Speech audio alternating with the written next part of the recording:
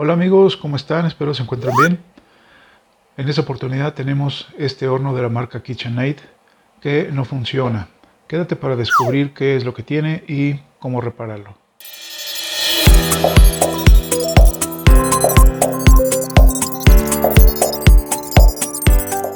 Bueno, estamos aquí revisando este horno que está totalmente bloqueado. Aquí supone que en toast debería de funcionar algo.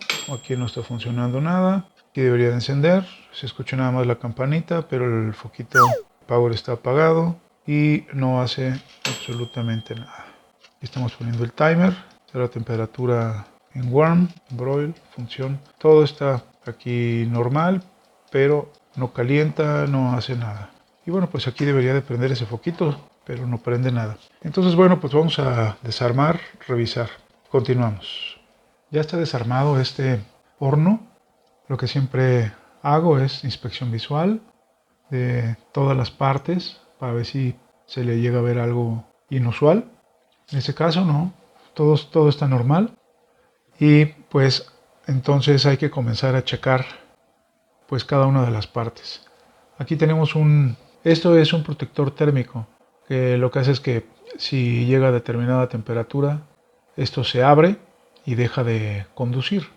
Sin embargo, de acuerdo a las conexiones que estoy dando cuenta, aunque esto estuviera mal, debería de funcionar lo demás, el circuito que tenemos aquí abajo y eso porque alimenta las resistencias, pero no alimenta directamente el resto del horno.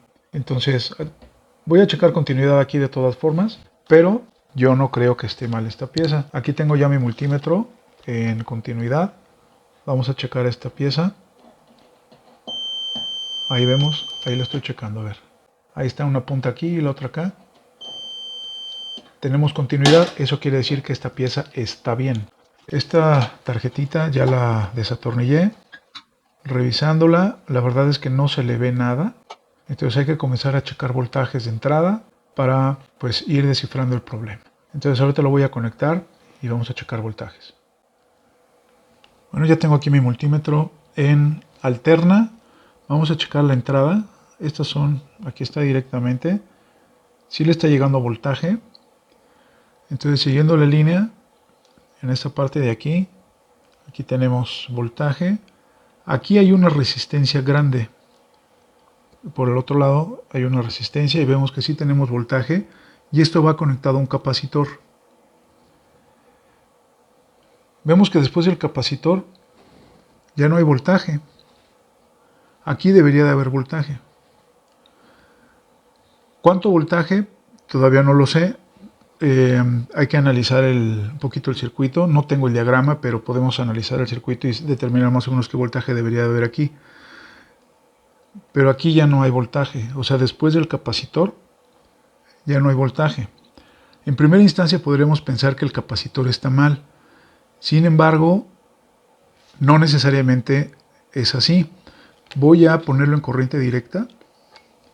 Aquí tenemos un capacitor electrolítico en esta parte de aquí. Entonces voy a checar el voltaje que está en el capacitor electrolítico. Aquí hay algo muy curioso o extraño.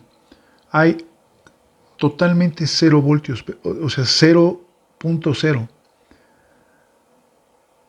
Entonces esto me da la impresión de que hay algún corto, que por aquí hay alguna pieza que se está poniendo en cortocircuito y por eso hay 0. Si por ejemplo este capacitor estuviera mal, debería de estar otorgando, aunque es un poco de voltaje, no 0,0.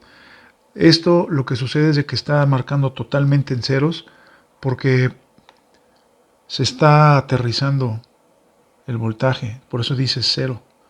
Entonces vamos a analizar un poquito el circuito, le voy a dar la vuelta, voy a desconectarlo y continúo. Aquí tengo el circuito y analizándolo un poquito, este capacitor que es donde medí que tiene 0.0 es de 100 voltios. Entonces eso quiere decir que en esta sección de aquí debería de haber pues menos de 100 voltios. Siempre le dan una tolerancia bastante alta a los capacitores.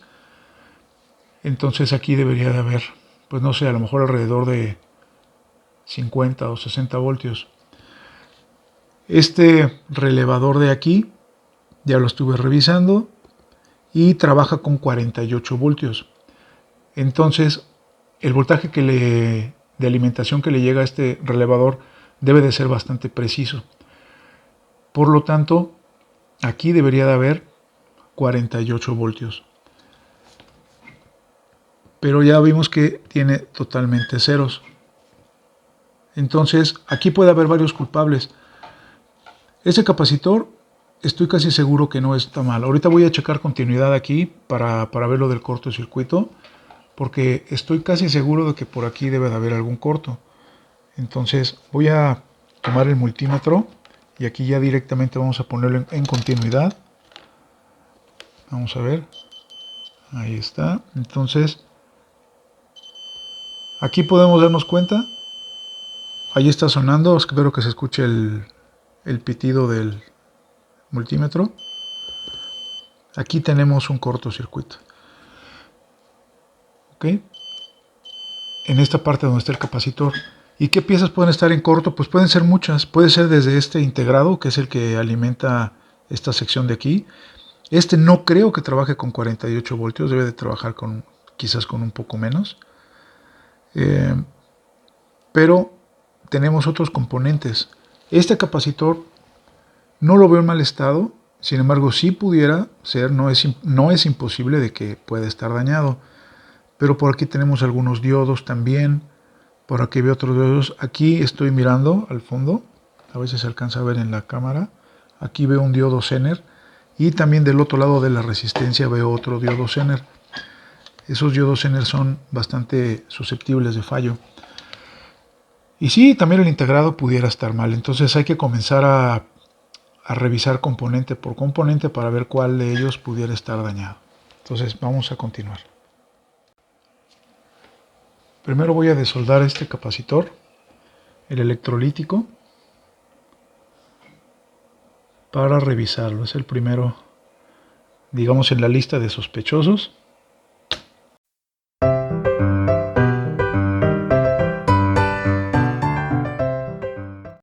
Y vamos a revisar con el multímetro en continuidad. A ver qué sucede aquí. Continúa el corto. Entonces ahora vamos a desmontar el segundo sospechoso, que es el diodo Zener, que está aquí.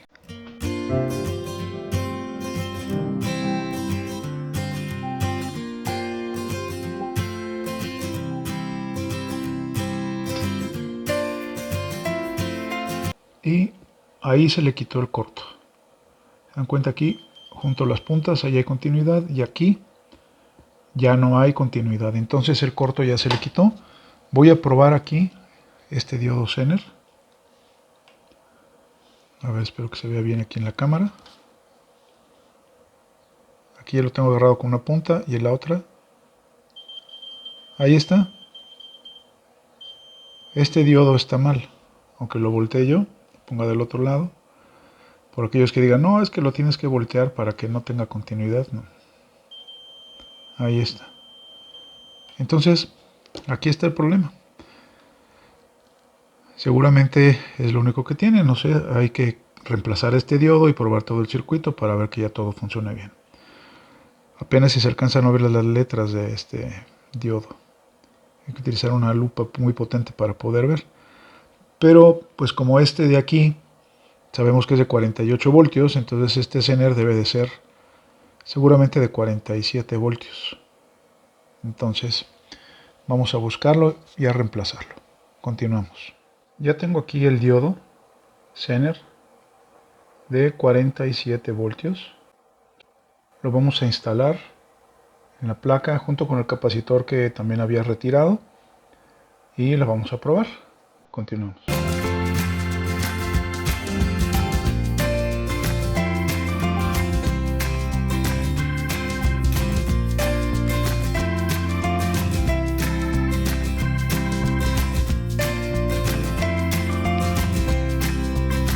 Ya están montados el diodo y el capacitor. Ahora vamos a comprobar voltaje.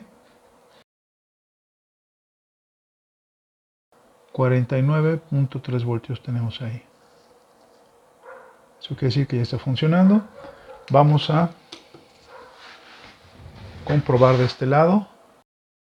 Vamos a ponerle un poquito de timer. Ahí encendió. Ya vemos el foquito que está encendido. Lo voy a apagar. A ver, aquí está el timer. Ahí se escucha el relojito. Y ahorita vamos a comprobar que sí esté calentando. El cable está por aquí enfrente. Ya se siente calor. Acá adentro ya se siente temperatura. Lo voy a apagar para que no caliente demasiado.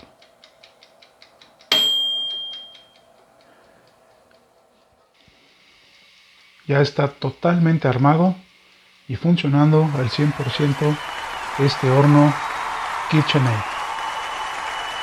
Muchas gracias, nos vemos en un próximo video.